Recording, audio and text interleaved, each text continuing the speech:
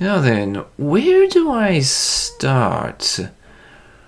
Well, to me, it all began with a documentary about me that was aired on TV. Bet you didn't see that one coming. This was where my confidence took me. I got the attention of a TV studio called Attitude. Maybe you've actually heard of them. They're a TV studio who make and produce shows about people with disabilities. You know, like myself. You see this footage here? This is me from all the way back in the ancient times of 2013. I have aged phenomenally. They wanted to do an episode on me because at the time I wanted a job. You know, doing a little bit of work, earning a little bit of money, and just gradually pushing my life forward. To them, it was inspiring that somebody with autism had the courage to walk outside of their bubble. By the way, if you're interested, it's called Jimmy Wants a Job. I'll leave a link to it down in the description. Now let me say this. Making this documentary was a total hassle. The filming team would come in at least 3 days a week, sometimes more, which would have been fine if not for how controlling they got sometimes. What I mean by that is that there were times when they got me to do things more for the documentary as opposed to how I do things in real life. And as such, there are times when it actually got stressful. But you know what? That's movie making for you. Not everything goes according to plan.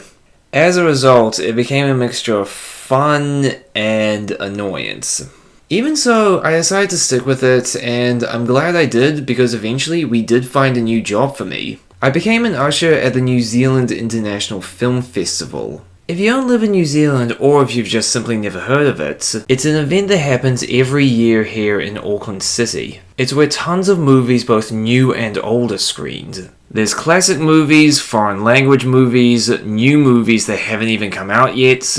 Whatever the case, it's very special interest and almost always a lot of fun. Provided you pick the right movies, of course.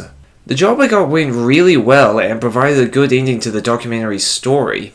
Months later, it aired on TV and received great praise from everybody who watched it. It really did pay off in the long run. Not just because of the good press, but I actually heard stories of other kids who are on the autism spectrum who watched this and felt better about themselves knowing they weren't alone in their struggles. It was inspiring to them. Even to this day, I still get the occasionally good comment about it.